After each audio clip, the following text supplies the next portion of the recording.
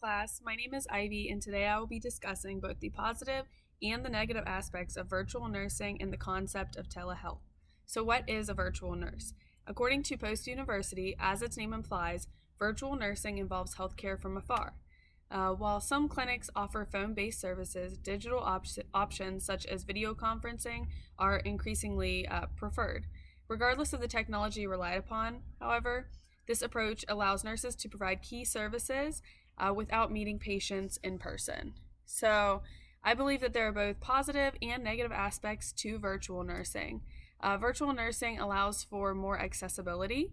It allows people to see nurses from remote locations. It's easier than making an appointment at a physical location, which may encourage people who do not want to go to all that trouble to actually make an appointment. One of the big negative aspects that I see is the loss of some objective data.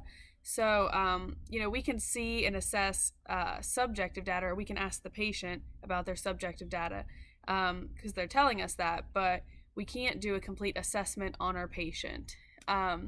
We can still use our eyes, but we lose our ability to listen with a stethoscope. We lose the ability to smell that pungent wound when we walk through the door. We lose the ability to assess the strength of our patient's pulse and just so many other things.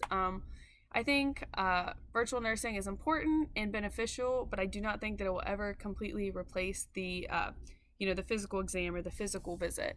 According to New England's Journal of Medicine, telehealth is a term used interchangeably with telemedicine, has been defined as the use of medical information that is exchanged from one site to another through electronic communication to improve a patient's health.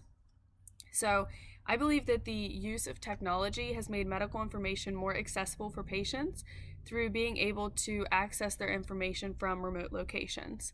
They can see their lab values, their prescriptions, just doctor's notes and other medical information from their cell phones even, instead of having to go to the doctor's office to access this information.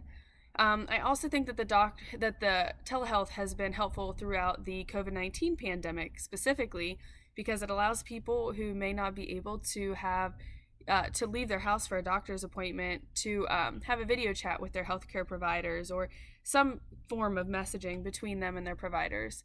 Some people who have cancer or anyone who is immunocompromised or just maybe an elderly person who's reluctant to go to the doctor because they have fear of contracting the virus. So telehealth opens a world of options for these people. Telehealth has also improved healthcare quality within the acute care setting. Information is instantly communicated between departments at the hospital.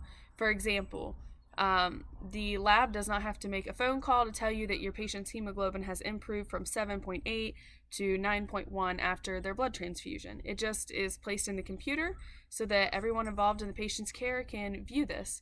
According to our textbook, Health Informatics, an interprofessional approach, telehealth is considered to be so effective that in 1997, the World Health Organization announced that it has become part of the World Health Organization's Health for All strategy and should be made available to all people. Provider-patient encounters via telehealth were examined and found to be just as effective as standard face-to-face visits held in a provider's office or in a clinic. Thank you for watching my video. I look forward to hearing from the rest of my class on this topic. Thank you.